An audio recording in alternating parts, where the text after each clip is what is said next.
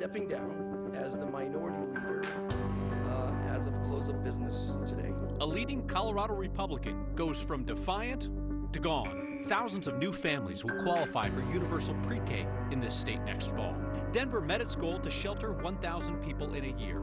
Now, to house them. That we don't have enough units, and those units are too costly, and so we have to address the supply problem. And CU researchers look at whether voters' opinions about climate change might predict the presidential election. Tonight on Next. There is a certain satisfaction in quitting a job when there's another job you'd like better. That's what Colorado's top House Republican did today. Minority Leader Mike Lynch resigned over his drunk driving and weapons arrest that he kept hidden for a year and a half. Instead, he's going to see if voters will promote him to a job in Congress. Here's politics guy Marshall Zellinger.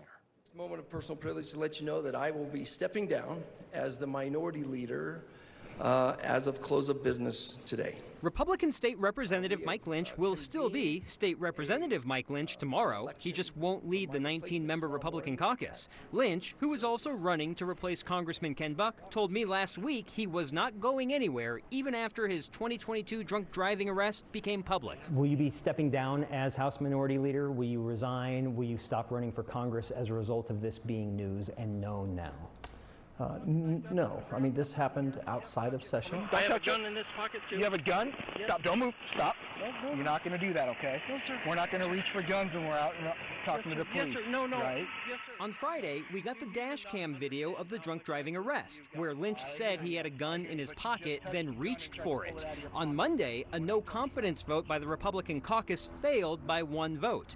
And yesterday, another no-confidence vote never happened when the majority of the minority failed to show up to the meeting. The right thing to do would be for Mike Lynch to resign his post as minority leader. This is the position of the party and of me personally. Colorado Republican Party Chairman Dave Williams inserted himself into the legislative leadership issue, which got a shout-out during Lynch's stepping down speech. I want it to be clear that I'm not stepping down because I won a close vote of no confidence. I'm not stepping down because a failed state party chair decided to try to influence the actions in this House. I am stepping down because it is the right thing to do, because I've become a distraction for my caucus, and that is getting in the way of the hard work that we have to do in this building. Lynch left the state capitol quickly today, telling me via text he could not do an interview because he was out campaigning for Congress. Now the cleanup begins, both in leadership and image. Please learn from my lessons, and just don't get behind the wheel if you've had something to drink. The assistant minority leader is Rose Puglisi. Conventional wisdom would suggest she is the next to rise to minority leader. She did not respond to a text asking for an interview today, and the vote for the next leader will be 8 a.m. tomorrow. Generally speaking, she's considered to be one of the few rising stars within the Colorado Republican Party that she could someday run for governor, Senate. Of course. Something like that. It's interesting that even with the recent conservative pressure campaign on journalists to stop talking about this story, that Lynch didn't see a path forward for himself, so he decided to get out. But he apparently sees a path forward in a crowded Republican primary with this hanging over his head for Congress? You made the comment when we first reported on this a week ago that maybe this gives positive attention somehow. We will find out. There's a first debate in that CD4 tomorrow. We'll see what the response is following that debate. But yeah, I get it. This gives him more time now. You don't have to be the leader of the Republican caucus that's already fractured. You can spend more time outside the Capitol doing what you'd rather do, which is run for Congress. We shall see. Marshall, thank you. If you are an unaffiliated voter, and no political group in Colorado is larger, you are receiving a very clear message this week from the Republican Party. Get lost. Today, the party was in court asking for a ban on unaffiliated voters in Republican primaries. Voters in Colorado approved unaffiliated voters participating in party primaries and gave the option to parties to opt out of this if they could get 75% of party leadership to agree. Republicans have tried and failed to do that. They say it's just too hard. Republicans have also been threatening to just cancel their primary anyway if Donald Trump isn't on the ballot, that they would hold a caucus of party insiders instead. But this week, under oath in court, they admitted the party's actually too poor to pay for that.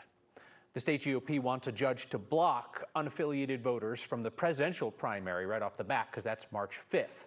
The GOP's attorney in this is John Eastman, who designed Trump's strategy to overthrow the 2020 election. Nearly 3,000 more kids will be eligible for full-day preschool funding next year. It's under a new rule passed this week. The state is going to guarantee 30 hours of taxpayer-funded preschool per week for children living in poverty. That applies to families at or below federal poverty guidelines, currently about $30,000 a year for a family of 4. The rule will be in effect for next school year unless it gets extended beyond that. Now, families might also qualify for full-day funding if they make above the federal poverty standard, but they'll need to have a second qualifying factor, like homelessness or having a student in foster care or kinship care. The name of Denver's House 1000 initiative is a bit misleading. It sheltered 1,000 people in the first year. Housing them, that is a second and far harder step. Our Mark Salinger, not Marshall Zellinger, not the first time I've confused him, our Mark Salinger looks at the challenge of finding permanent homes for so many people in what's become an unaffordable city. Good morning. In front of City Council, questions swirl about how the city will actually house 1,000. About 25% of the people that have come indoors have come into permanent housing. We hope that increases. Cole Chandler is the mayor's senior advisor on homelessness. After spending about $50 million to move more than 1,200 people off the streets and into shelters this past year, the focus this year is on finding permanent housing.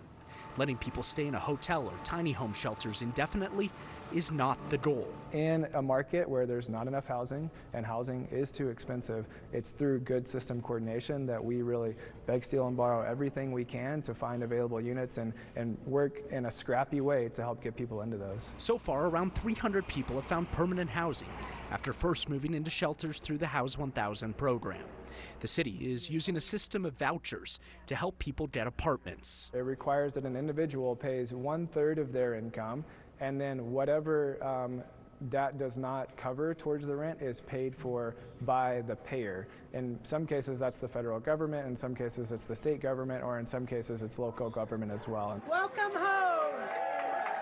Today, Denver opened 80 affordable housing units in a new building on Colfax. The goal is to stop more people from falling into homelessness while also giving people a way out of it. Denver's dream is that this is a place where the kids who grew up in this city can still afford to live in this city. Sheltering more than 1,000 people was a major accomplishment. Housing them will be the next challenge. We don't have enough units, and those units are too costly, and so we have to address the supply problem. One of the major focuses of 2024 and onwards is to bring forward 3,000 permanently affordable housing units per year. So the biggest question in all this is whether or not that's possible. Right now, the city says they've lined up about 500 housing vouchers to help people get into permanent housing where they'll only have to pay about 1/3 of their income towards rent. Of course, leaving people in shelters or tiny home style indefinitely is expensive and completely unsustainable to continue for forever. Certainly. And this is happening, of course, at a time when you've got another crush of people, migrants, also looking for the most affordable housing options in town. Yeah, we have kind of two colliding crises that are both requiring the same resources. You have thousands of migrants coming in who also need either shelter or apartments, and you just have a city that is completely unaffordable now with two groups of people that both have a magnifying glass on them to try and get help if they can. Mark, Marshall, whatever your name is. Whatever you want to call it. Thank you. Loveland's Community Kitchen does two simple but essential things. They feed people and they show love to people. And they do it every day, every single day, for more than 2,500 straight days. Every weekday, every weekend, every holiday, every snow day. That is pretty remarkable. And it's why this week's Word of Thanks microgiving campaign supports Loveland's Community Kitchen. That nonprofit provides a meal to anyone who needs one. Most of the people they serve are living on the streets or are very close to it. Most said in a survey that they tend to skip meals to save money. Along with meals, the Community Kitchen provides conversation, support, encouragement for those who are lonely or struggling. And they hope that they stop coming back, because the Community Kitchen aims to be just a temporary stopping place in someone's journey to self-sufficiency. Scan the QR code on your screen or text the word thanks to 303-871-1491 to get that link to donate. You know I'm never going to ask you to give to a cause that I don't personally support myself, and you've proven that even $5 helps, so I'll match the first 50 people in the door with $5. A bunch of you have asked for an option where you don't have to put in your information every week, and also where you don't get emails from every single organization we feature here. That's why we set up the Word of Thanks Fund. Nearly 900 of you have signed up for monthly donations. You put in that info once, your monthly donation is automatically split among the nonprofits we feature. Use that same QR code or text to get there.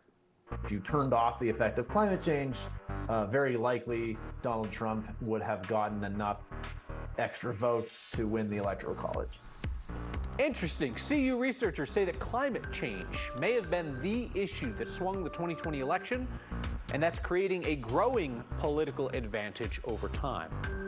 And healthcare workers in our state are split over an effort to combat rising workplace violence. That's next.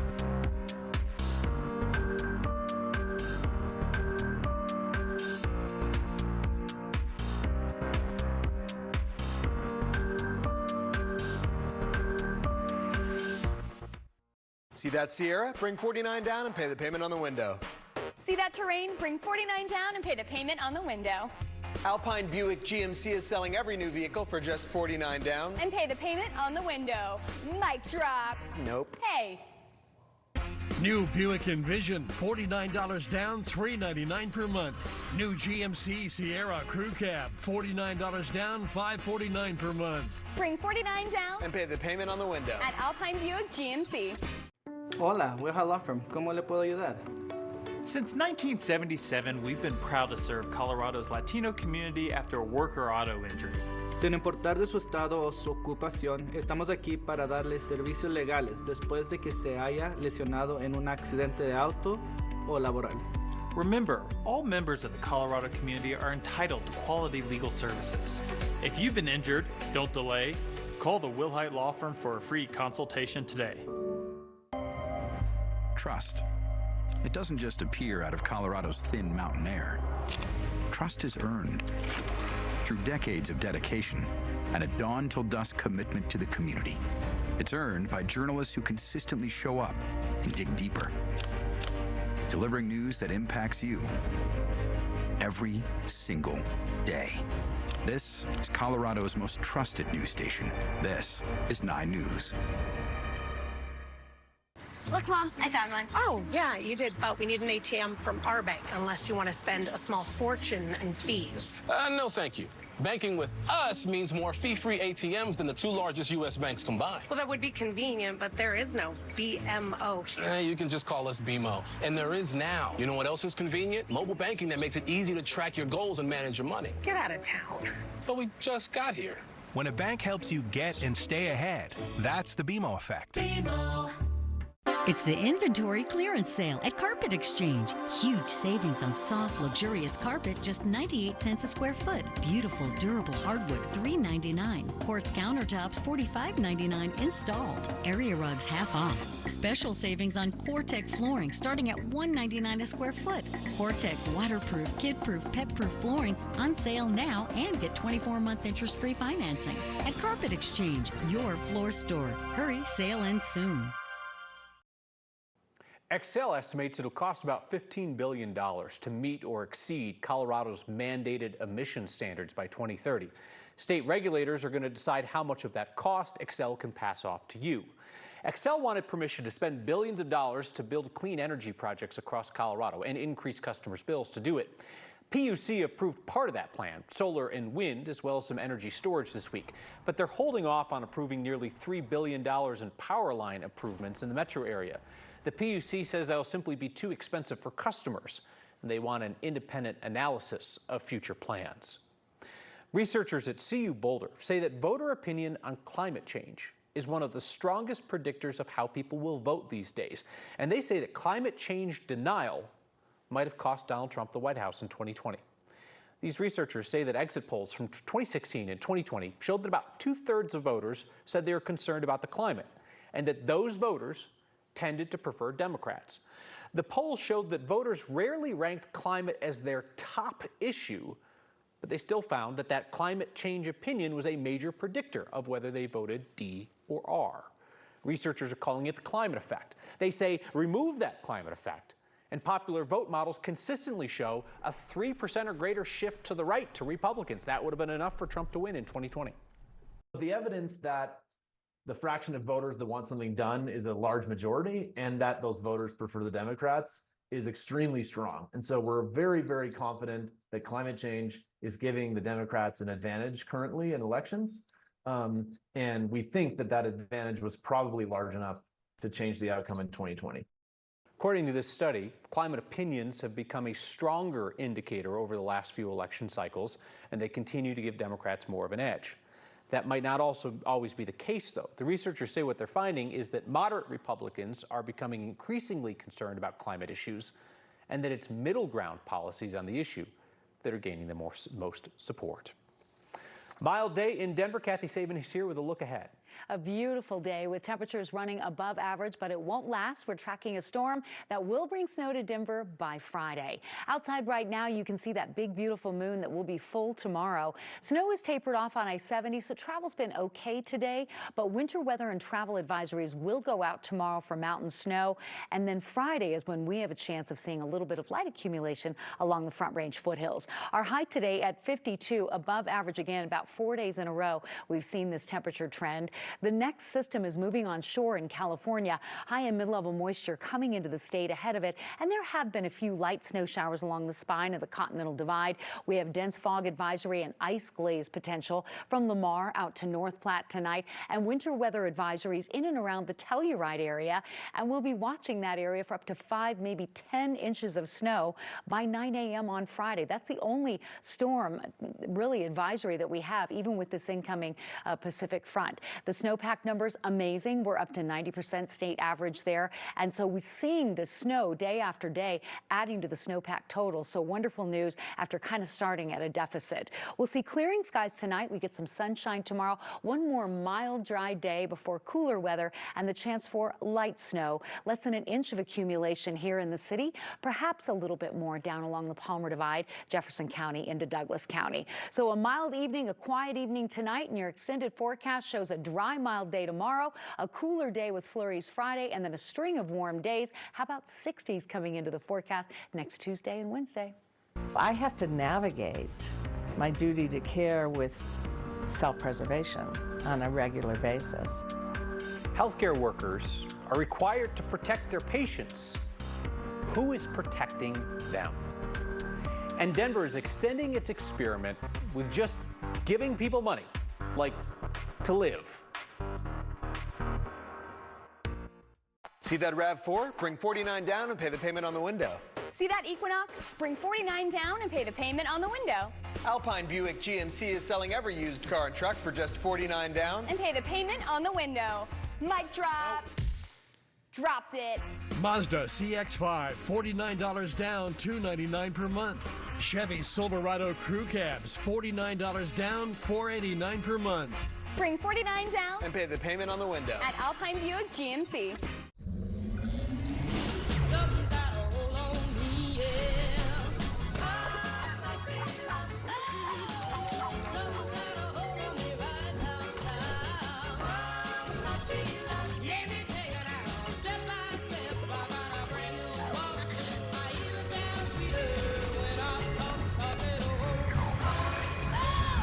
Internet that's everything you imagine, and then some. Quantum Fiber, your world unleashed.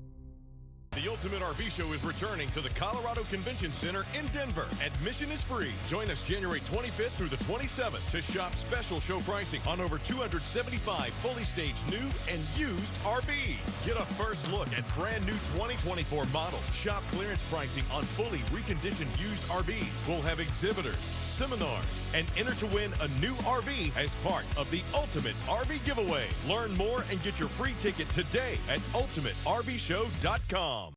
I've never considered myself an artist. I've always considered myself a craftsman, and my craft is making bronze molds for casting metal objects. We're best known for making the Grammy Awards. I do sponsorships of a lot of artistic endeavors. I like helping people realize what's inside of them. When you're lifting other people's lives, you're lifted along with them. It's tense time inside Colorado's hospitals. Healthcare workers say that they're dealing with increasing violence with not enough protection on the job. They're split, though, on the best way to fix that.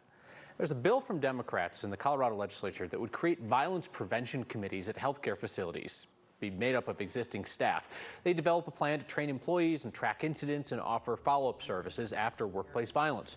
Supporters like the Colorado Nurses Association say that it'll provide healthcare workers with a standard process for dealing with violence, but still give hospitals flexibility to tailor this on a case-by-case basis. The Colorado Hospital Association has not endorsed the bill yet. They say that the problem is clearly pervasive, but they question if this is the right approach.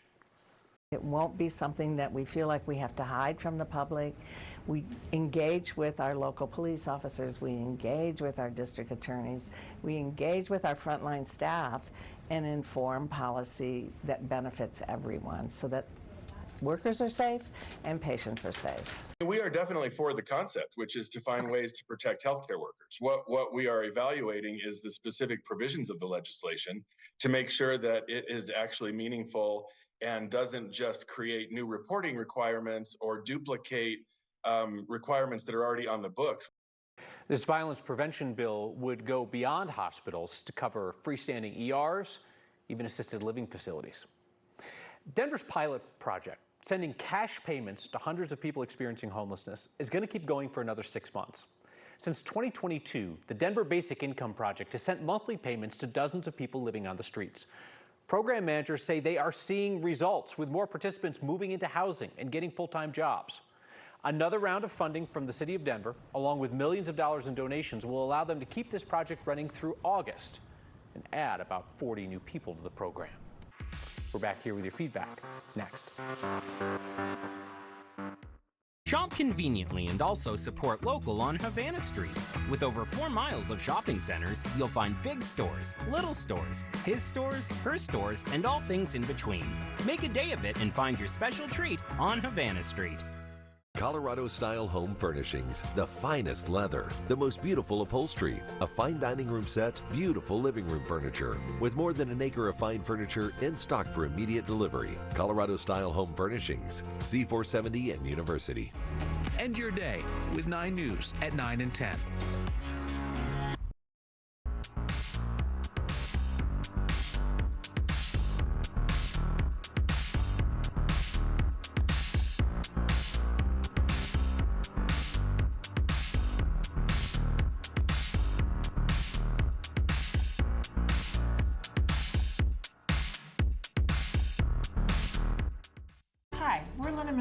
The Sisters from Brothers. Where every technician is a specialist in their field. Plumbing, electrical, heating, and cooling. They're carefully chosen, background checked, and drug tested. Constantly trained, so your home receives the best care year-round. This is Monster Jam. As big as it gets. Brought to you by Great Clips. Scan the QR code at participating Great Clips salons and save 20% on select tickets. Terms apply. Scan QR code and salon for details. Coming to Ball Arena, February 9th through the 11th. Landmark Recovery Addiction Treatment is here in Colorado to help you find recovery from alcohol and drug addiction. Get the help you need for you or a loved one. Call us today or visit landmarkrecovery.com. We're here to help.